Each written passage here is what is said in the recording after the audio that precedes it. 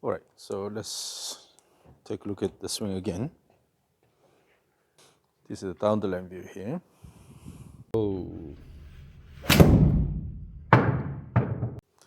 So from this position, as you start the backswing, the first thing you do is the hip is moving backward here, and also the club is moving forward.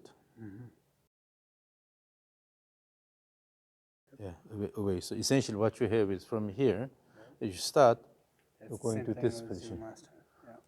This position here. So here, your leg appears to be straight here, Right, but my hip's back. but because your hip is moving backward quite a bit, so with this here, your leg cannot push the ground. You have to stand on the right side here. In other words, you have to create your body posture in such a way that your leg can actually push the ground hard here. Okay? But if you move the hip back here and then straightening this is not actually pushing the ground that actively. So you have to avoid this posture here. And then the arms appear to be too straight here. So you have a lot of natural body posture going like this. No need to do that. So this is all about flow here, throwing the club head around the body, right? And then you will see here that on the way up, intentionally you're lifting this up and then coming down here. Yep. And then coming down here. Because I can feel it. I can feel that. I can feel that hip. Because once this goes back here, I know Yeah. I'm stuck. And So then I just go bail. up here, and as you go down, you're almost going to this position. Yes. So that gives you a really steep downswing plane here. You see the way the club is coming down here. And then stuck here. That could be it. And then you're standing up here, extension, jumping here. And then the hands are going really high in the follow through.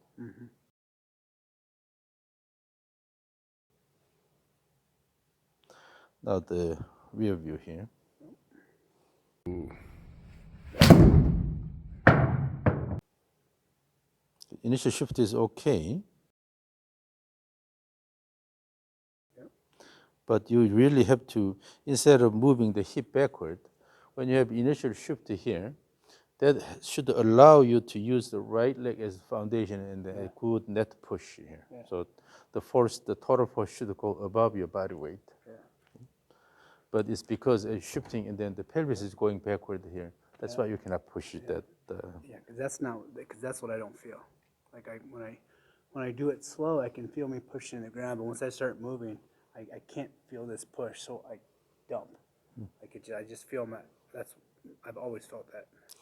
And then also on the way down, have the feel of moving the hands in front of your body here rather than dropping this way here.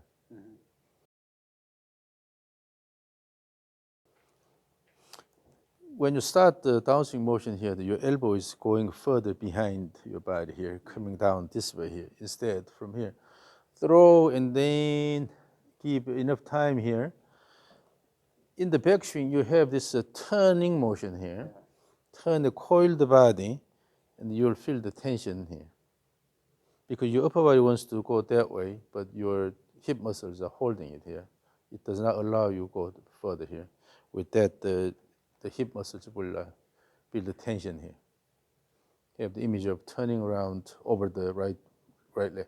No, it's not. It's not just the turning the body like this, but you're actually turning around the right leg here.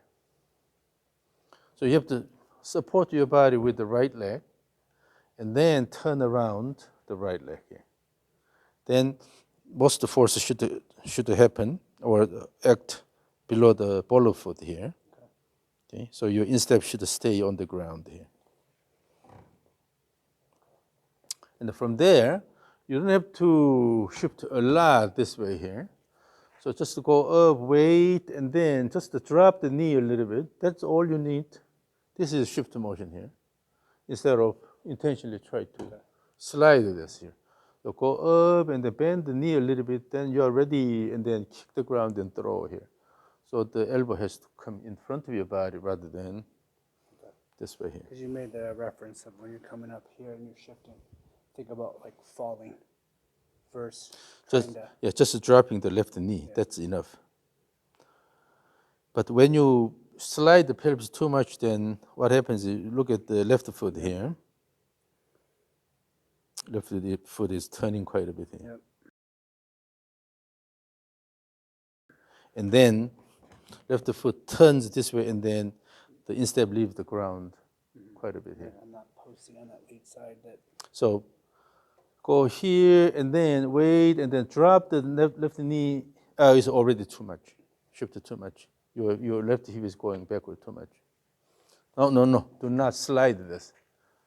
Just to try to, at the end of the backswing, just to have the image of standing tall here on the right side. On the right side, and then drop just the left knee here, and then turn. Instead of, now in that case, the foot just rolls this way here. Oh, I see. But if you slide the pelvis too much, then what happens is that the instep is lifting here and then turning this way. So instead of this rotation here, just drop this and then kick and then stand on the leader side. You're going to see more of a roll versus a. More, inversion here. Versus a. Rather than lifting the toe here and then turning, the whole foot is turning here. That means that you are sliding the pelvis too much this way.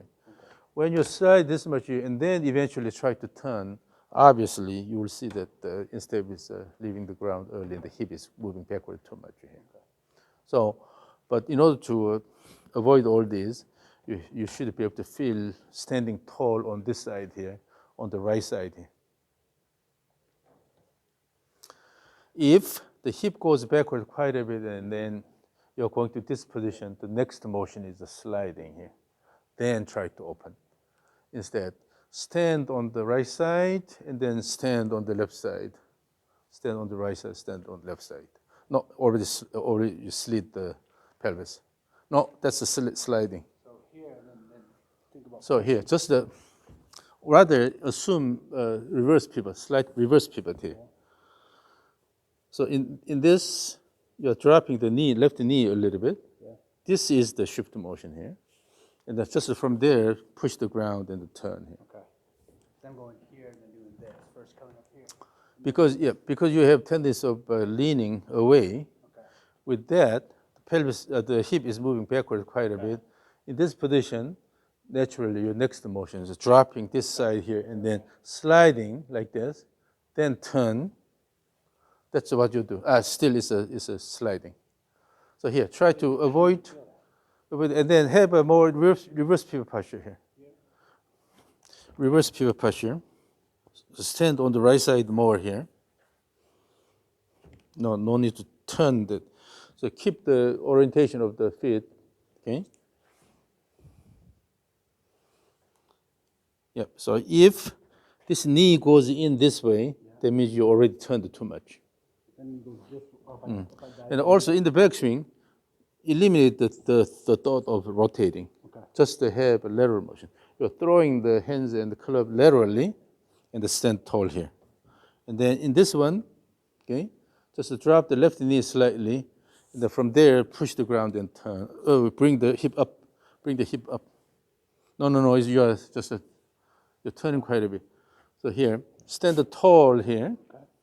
And then drop left knee a little bit. And as you turn, just to try to bring the left hip up by pushing the ground. By pushing the ground hard. Bring the hip up more, yeah. Hip up more here and then stand on the lead side. Okay, we're not thinking this, we're thinking. Yeah, yes, exactly. Stand on the lead side here.